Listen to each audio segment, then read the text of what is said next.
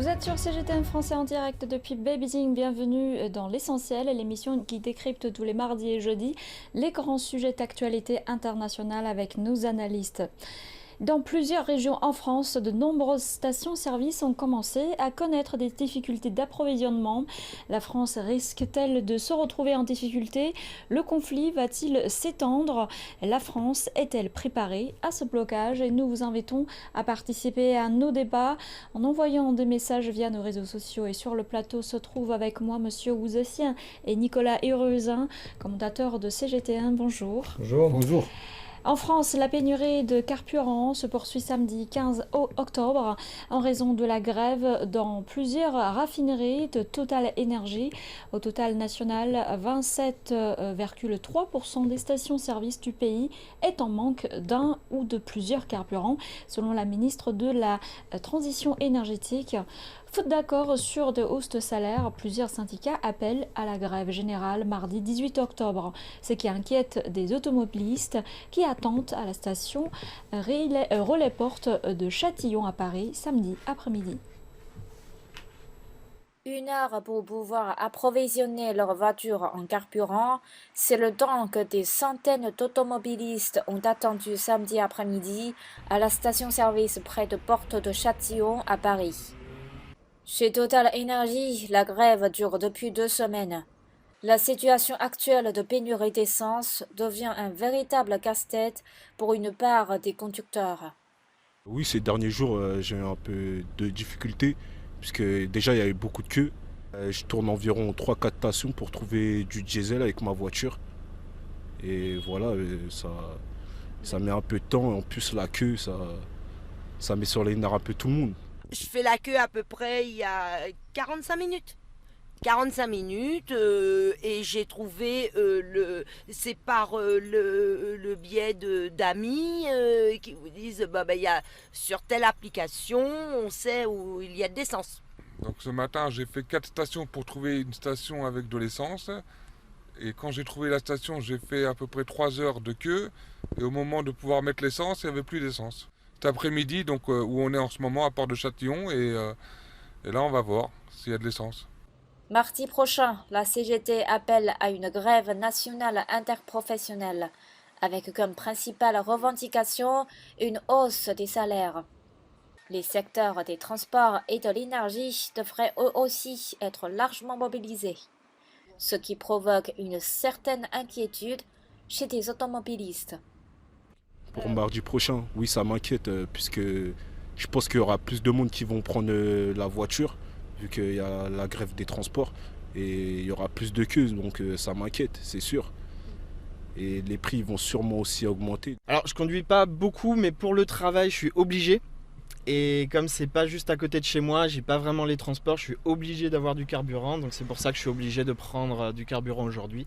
Et si dans les semaines à venir ça va pas mieux, bah oui, là je serai vraiment impacté. J'ai besoin de mon véhicule pour travailler et je ne sais pas ce qui va se passer étant donné que la grève a été reconduite par la CGT. Je ne sais pas comment ça va se dérouler. Parce qu'on a beau nous dire ça ira, mais on n'en est pas certain. Il reste difficile d'évaluer le nombre exact de stations-service en difficulté. Mais une chose est sûre, l'Île-de-France est devenue la région la plus touchée par la grève, avec 39,9% des stations en rupture d'au moins un type de carburant. Donc en ce moment, le quotidien des Français est un peu dérangé, à part le coût de vie augmenté à cause de la flambée des prix de l'énergie. Un autre fait inquiétant, c'est la pénurie d'essence. Quelle est la situation actuelle en ce moment, Nicolas ? Alors, en ce moment, disons qu'il y a 28,1% des stations-service qui connaissent encore des difficultés avec la rupture d'au moins un des produits. Donc ça, c'est à l'échelle de la France. On a vu qu'il y a évidemment, il y a des endroits de la France qui sont plus touchés que d'autres. On pourra en revenir là-dessus pour plus de détails. En tout cas, voilà, pour le niveau des raffineries, avant le week-end, il y avait 5 raffineries en grève sur 7, avec de nombreux dépôts de carburant. À présent, les chiffres, ça serait plutôt 3 sur 7 en grève encore actuellement. Et y a-t-il des régions plus touchées que d'autres ? Oui, alors on a vu l'Île-de-France. L'Île-de-France, donc on est entre 39 et 40%. de problèmes, hein. Le centre Val-de-Loire, la Bourgogne-Franche-Comté, l'Auvergne, Rhône-Alpes, les Hauts-de-France également. Donc ça touche à peu près toute la France. C'est vrai que c'est plus vers le nord, l'est. L'ouest, elle est un petit peu moins touchée, légèrement moins touchée. Donc le blocage se propage progressivement en France. Et donc quelles sont les raisons principales de cette pénurie dans les services? En fait, c'est la grève a lieu et bloque les raffineries et les dépôts de pétrole. Alors ce sont des endroits stratégiques, il n'y a pas tant de raffineries que ça en France en fait. On en compte 7, les principales sont 7. Et en fait, il y a eu, au cours des années, la France a décidé un peu de se désindustrialiser et en fait a abandonné certaines raffineries et s'est concentré voilà, sur un petit nombre, 7. Mais en fait, si on voit bien, pour un pays à la taille de la France, 7 raffineries, c'est assez faible. Donc les problèmes de livraison, voilà, si jamais ces raffineries sont bloquées, même une poignée, 4, 5, ça suffit pour désorganiser totalement la livraison, le ravitaillement du carburant à l'échelle de toute la France, de tout le pays. Donc effectivement, ce blocage, hein, ces grèves dans ces raffineries, qui ont en fait le but, c'est une revalorisation salariale. Et donc en fait, ce bras de fer entre des salariés d'une entreprise privée, hein, qui est Total, et une autre entreprise qui est ExxonMobil, donc c'est deux entreprises de pétrolières. Ce bras de fer, donc, à l'intérieur de deux compagnies privées, va bloquer des millions d'usagers à travers la France. Parce que finalement, ce sont des postes clés, ce sont des endroits stratégiques. Ces dépôts de carburant et ces raffineries peuvent permettre d'empêcher tout un pays de fonctionner, notamment tous les utilisateurs de véhicules. Et monsieur, selon vous, y aura-t-il la possibilité de la levée du blocage prochainement? C'est pas la première fois qu'on constate à ce genre de mouvement de grève. On se souvient du mouvement Gilets jaunes. Ça a été une ampleur encore plus impressionnante. À chaque fois, c'est un bras de fer, comme Nicolas vient de dire, un bras de fer. Donc, il est nécessaire de voir une partie faire des concessions. Si on veut vraiment trouver une solution, et puis le scénario qu'on peut imaginer, c'est qu'une partie fait la concession, l'autre partie finalement se ramène à la raison, parce que sinon ce serait un cercle vicieux. Parce que la grève empêche les activités économiques, et plus les activités économiques sont perturbées, plus il y aura des difficultés dans la vie quotidienne des gens, plus les gens sont mécontents, plus il y aura l'envie de faire la grève pour exercer des pressions sur le pouvoir public. Ça devient un cercle vicieux. Il faut donc casser le cercle vicieux. Le scénario classique, c'est après des négociations, on arrive à trouver des concessions et même une partie de satisfaction pour ramener les grévistes à la raison. Et c'est vrai qu'il y a eu des négociations là-dessus. Quels sont les résultats des négociations? Alors il y a eu des négociations, effectivement. Alors déjà avant, il y a encore une semaine avant, déjà avec ExxonMobil, il y a eu des accords et les syndicats majoritaires avaient accepté les conditions de la négociation. Et chez Total également, les syndicats majoritaires avaient accepté. Or, un des syndicats, la CGT, qui est un syndicat qui n'est pas forcément majoritaire à l'intérieur de ces compagnies, mais qui est majoritaire pour les raffineries, a décidé de bloquer les zones de raffinerie. Donc ce qui fait qu'en fait, ce n'est pas un syndicat, ce n'est pas une majorité qui a décidé ces grèves, de continuer ces grèves, c'est un syndicat qui était finalement minoritaire. Donc voilà, en fait, c'est pour ça que ça devient un peu difficile pour trouver, puisque des négociations sont en cours, et même encore à la date de vendredi, donc il y avait des négociations qui sont faites avec le groupe Total, Total Énergie, où la plupart des syndicats comme la CFDT ont accepté les négociations salariales de hausse proposées, donc la hausse des salaires de 7%, dont 5% d'augmentation pour les ouvriers et techniciens. Donc ça, c'est la hausse de salaire pour Total, avec une prime également qui se situe entre 3 000 et 6 000 euros. Donc ce sont quand même, ça a quand même été un succès dans les négociations pour les syndicats, mais la CGT a décidé, elle, que ce n'était pas suffisant, puisqu'elle a fixé sa négociation à 10% de hausse des salaires. C'est pour ça que les raffineries sont encore bloquées, puisque la CGT est majoritaire dans les employés qui travaillent dans les raffineries. À votre avis, ça pourra aboutir à un résultat qui convient à les deux parties prochainement? Alors certainement, on va voir, il va y avoir, les négociations vont continuer. Et c'est vrai que là, la situation est un peu plus complexe que simplement une négociation, elle est juste seulement pour les employés de la raffinerie en fait.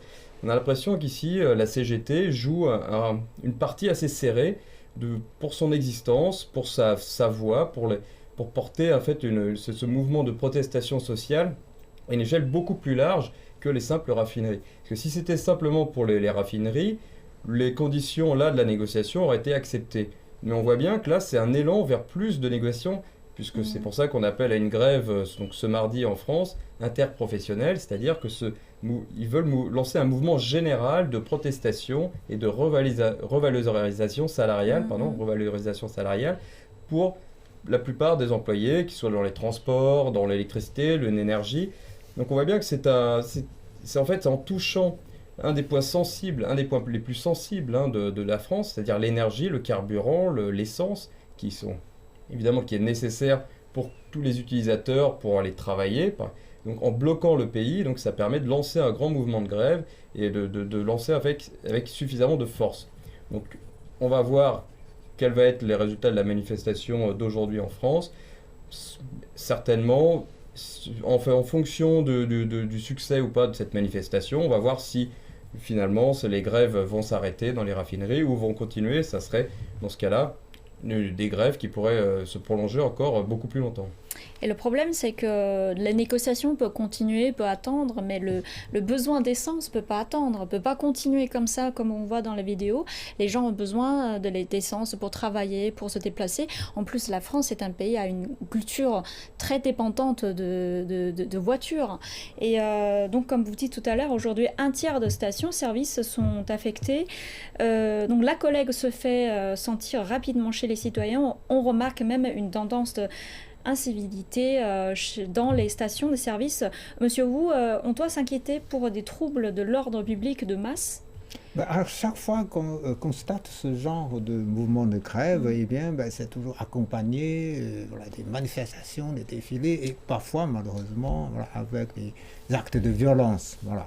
Donc les confrontations entre les manifestants et la force de l'ordre, ça c'est qu'on voit habituellement lorsqu'il y a des mouvements de protestation. Voilà.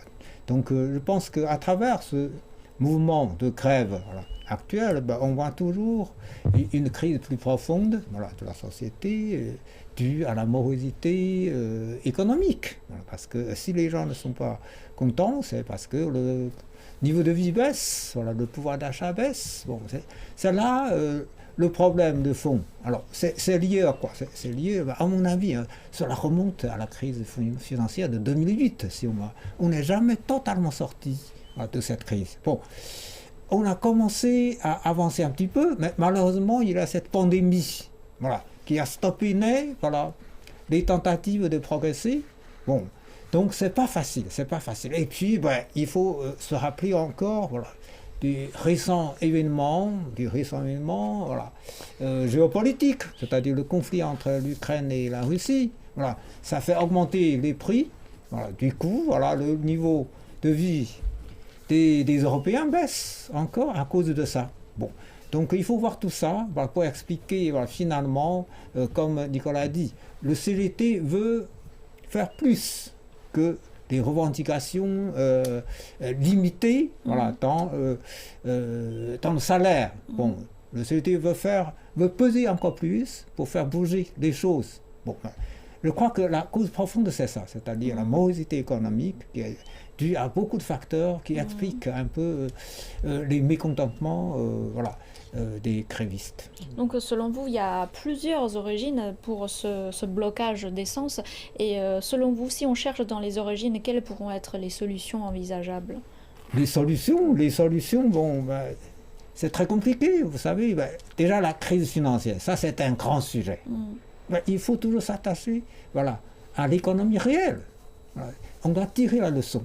On ne doit pas faire du profit en jouant des jeux financiers, en faisant de la spéculation. Et c'est ça qui a été à l'origine de la crise. Il faut créer la richesse. Comme Nicolas a évoqué aussi, la désindustrialisation. Alors, c'est un phénomène qui n'est pas justifié. Il faut développer l'industrie. Voilà, il faut toujours mettre l'accent sur la création de la richesse. C'est ça qui est important. Ce n'est pas des jeux spéculatifs financiers qui rapportent la richesse. Mais non, mais ça crée l'inégalité sociale, les jeux financiers de ce genre. Bon, alors, mais malheureusement, ce n'est pas facile. Voilà. Ce n'est pas facile de ramener l'ordre normal sur le plan économique. C'est pas facile. Parce on peut comprendre les choses, mais tirer la leçon et de là à remodeler les secteurs économiques, ce n'est pas du jour au lendemain. Ouais, si on cherche les origines du fond, on ne pourra pas le régler du jour au lendemain. Il n'y aura pas des effets immédiats. Nicolas, tout à l'heure, vous avez dit que la grève se propage et s'aggrave dans d'autres secteurs comme EDF, SNCF, RATP. Y a-t-il un risque de grève générale en France ? Oui, il y a un risque réel de grève générale parce qu'en fait, il y a une grande revendication pour l'ensemble des salariés en France et même des retraités, c'est-à-dire d'avoir ils voient simplement leur niveau de vie diminuer, leur pouvoir d'achat diminuer en raison de l'inflation. L'inflation due, on a vu, par exemple à la raison de la guerre actuellement en Ukraine, également l'inflation des produits alimentaires, de toute façon l'inflation des produits énergétiques en règle générale, l'épidémie de Covid-19 aussi qui se fait encore ressentir, les dettes accumulées par les entreprises, ça fait beaucoup de crises qui s'accumulent les unes avec les autres, qui font qu'en fait, simplement, certaines entreprises n'ont plus les moyens, certaines entreprises, je dis bien certaines, n'ont plus les moyens de revaloriser les salaires, ou ont du mal à donner en fait suffisamment pour contrer l'inflation. C'est-à-dire que même si on augmente les salaires de 3 ou 4%, si l'inflation actuellement en France, elle est de 5,8%, donc si c'est toujours en dessous de l'inflation, finalement le pouvoir d'achat diminue et les Français, je pense, peuvent le voir tous les jours. Donc ils se disent, c'est pas seulement au gouvernement en fait d'aider en donnant, en permettant des parapluies, des protections, donner des aides, mais c'est aussi aux entreprises maintenant de partager s'ils font des bénéfices. Donc d'un côté, il y a des entreprises qui ne font pas de bénéfices et qui ont du mal à rembourser leurs dettes, et d'un côté, il y a des gens qui profitent un peu de la crise pour gagner énormément d'argent. Et c'est pour ça qu'on parlait aussi de super taxe, de taxer les super profits. Et en fait, cette entreprise Total Énergie a réalisé énormément de profits en fait, grâce à cette crise énergétique. On peut rappeler qu'au premier semestre, elle a engrangé plus de 10 milliards d'euros de bénéfices. Et ce qui a aussi provoqué la révolte un peu chez les employés des raffineries et des employés de Total en général, c'est de voir qu'en fait, il y a aussi eu 2 milliards d'euros de dividendes qui ont été octroyés aux actionnaires. Et pour rappeler aussi que le PDG lui-même de Total s'est augmenté lui-même son salaire de 50%. Donc c'est vrai que ça a fait beaucoup de signaux en une période où il y a autant d'inégalités, où les Français voient leur pouvoir d'achat diminuer, l'inflation augmenter, de voir qu'en fait qu'une entreprise qui gagne énormément d'argent refuse un peu et ralentit les négociations, refuse de partager les bénéfices. C'est vrai que c'était explosif et voilà la situation actuellement. Donc malheureusement, il faut arriver à trouver un moyen d'obliger un petit peu les entreprises qui font beaucoup de bénéfices à pouvoir les redistribuer aux employés. Sinon, c'est vrai qu'on va au-devant d'énormément de problèmes. C'est vrai que là, à ce moment-là, peut-être il faut le gouvernement qui participe dans... Ce qui est difficile parce que ce sont des entreprises privées. Autant EDF, par exemple, qui est une entreprise publique, le gouvernement peut aider, peut faire, évidemment, peut donner des instructions, peut agir. C'est beaucoup plus difficile avec une entreprise multinationale comme Total qui engrange des bénéfices à travers tout le monde entier. Et donc, à beau jeu de dire, bah oui, je paye mes impôts, mais en suivant les réglementations de chaque pays où j'engrange des bénéfices. Donc forcément, c'est beaucoup plus réduit en France où elle ne tire pas vraiment de bénéfices aussi énormes que ce qu'elle peut faire dans d'autres pays où elle fait l'extraction de pétrole. Donc c'est vraiment difficile aussi pour le gouvernement de dire à cette entreprise, bah maintenant il faut revaloriser les salaires à la hauteur de l'inflation ou même supérieure. Et ça c'est difficile. Par contre, c'est vrai qu'il y a eu quand même un effort de Total pour donner ces 20 centimes de plus pour l'essence, pour aider aux espèces de petites remises. Mais c'est vrai que les Français en demandent un peu plus.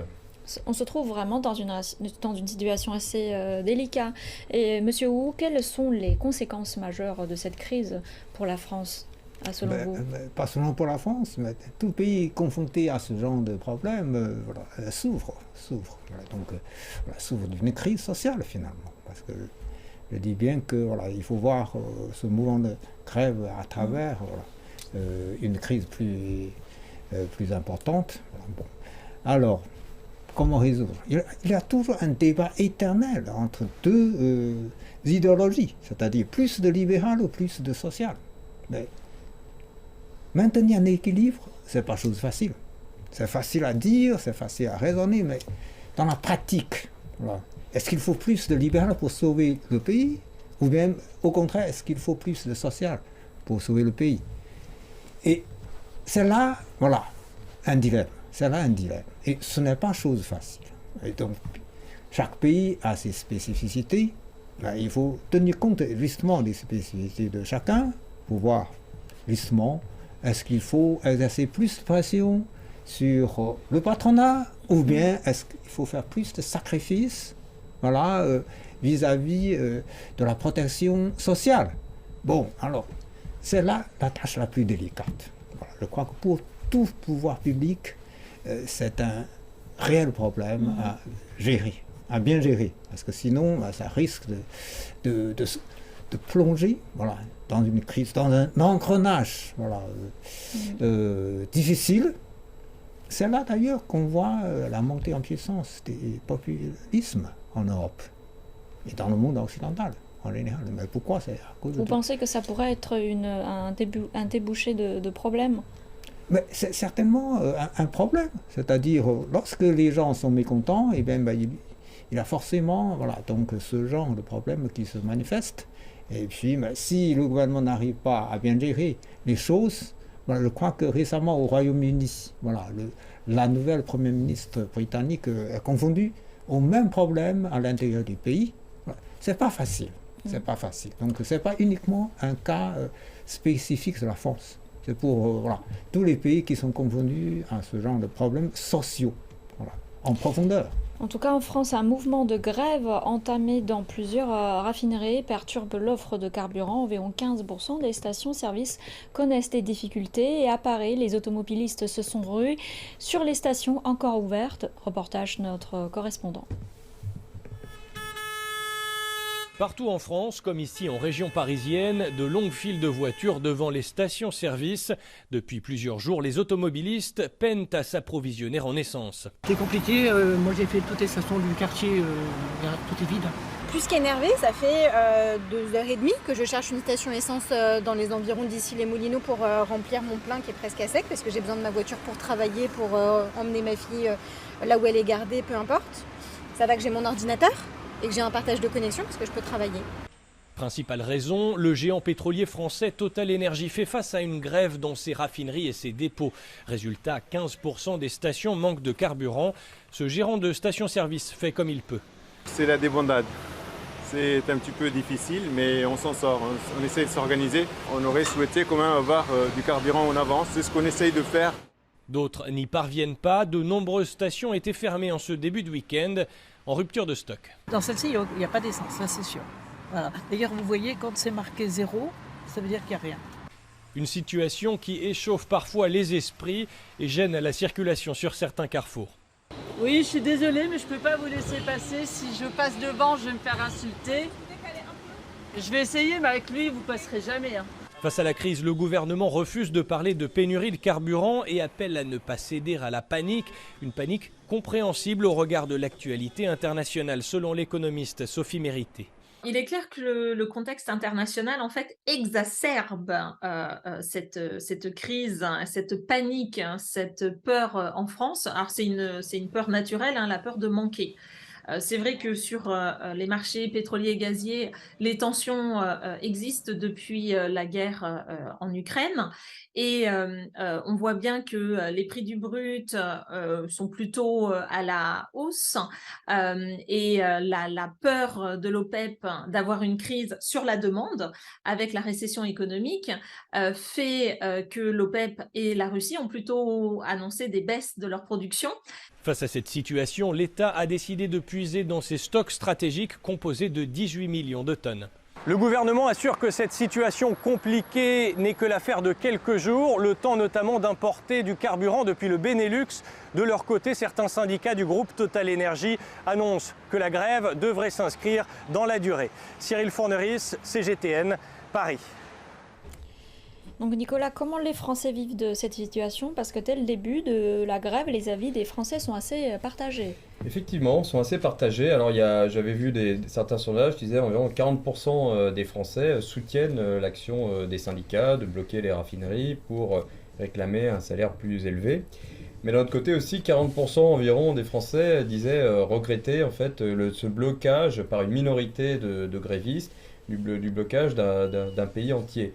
Donc c'est vrai que là on est entre les deux en fait. À la fois, c'est vrai que la plupart des gens utilisent leur voiture pour aller travailler. C'est surtout vrai dans les provinces et dans les campagnes, puisqu'il y a beaucoup moins de transports en commun. Donc les gens qui doivent aller travailler ont besoin de leur véhicule, ont besoin d'essence. Et donc ils sont bloqués dans leur vie de tous les jours. On a vu des conducteurs assez mécontents de faire 1 heure, 2 heures, 3 heures de queue, faire le tour des stations-service et pas pouvoir ni aller travailler, ni assurer leurs besoins de base, ou même partir, pour certains qui prévoient de partir en vacances. Donc c'est vrai que ça les gêne dans leur vie quotidienne, énormément. De notre côté, ils comprennent aussi les revendications des syndicats, des travailleurs qui, en période d'inflation, de salaires qu'on juge pas assez élevés, de pouvoir d'achat qui diminue, on dit que ces revendications sont légitimes, donc on soutient en fait leur combat. Donc d'un côté, voilà, on soutient leur combat, mais pourquoi ça nous gêne à nous personnellement? Ça devrait être plutôt un combat qui a lieu à l'intérieur de l'entreprise, mais évidemment, c'est quand on a un pouvoir aussi fort pour certaines industries stratégiques, pourquoi ne pas l'utiliser pour négocier au plus fort avec le patronat? Et donc, quelles sont les réactions du gouvernement? Quel est son rôle? Alors, le gouvernement, au début, donc Emmanuel Macron a dit « ça ne me regarde pas, ce qui se passe chez Total, c'est une entreprise privée, je ne veux pas m'en mêler, il y a des négociations avec les Mais lorsque ça crée des crises sociales... Mais voilà, maintenant que la situation devient aussi difficile, là, le gouvernement décide d'agir, en fait, en mettant la pression sur les entreprises, sur le patronat pour dire bah voilà, il faut négocier, il faut essayer de débloquer la situation le plus vite possible, parce que ça gêne la France. Et il y a aussi ce sujet des réquisitions qui ne sont pas très bien vues pour une partie des Français, parce qu'on pense que ça va contre le droit de grève en France, c'est-à-dire réquisitionner des salariés pour aller travailler et pour permettre de libérer ici pour les dépôts, pour le ravitaillement. Donc c'est vrai qu'aussi là on joue sur la limite du droit de grève. Est-ce qu'on a le droit de forcer les travailleurs à travailler malgré eux alors qu'ils ont décidé de faire grève? Donc voilà, il y a aussi beaucoup de choses. Le gouvernement, là Emmanuel Macron, la dernière parole qu'il avait émise, c'était de dire qu'il se mettait du côté des conducteurs et des Français. Donc nous allons continuer à suivre l'évolution de la situation en France. Et merci Nicolas, merci Monsieur Wood pour votre partage. Et c'est la fin de cette émission. Je vous retrouve jeudi pour une prochaine édition de l'Essentiel.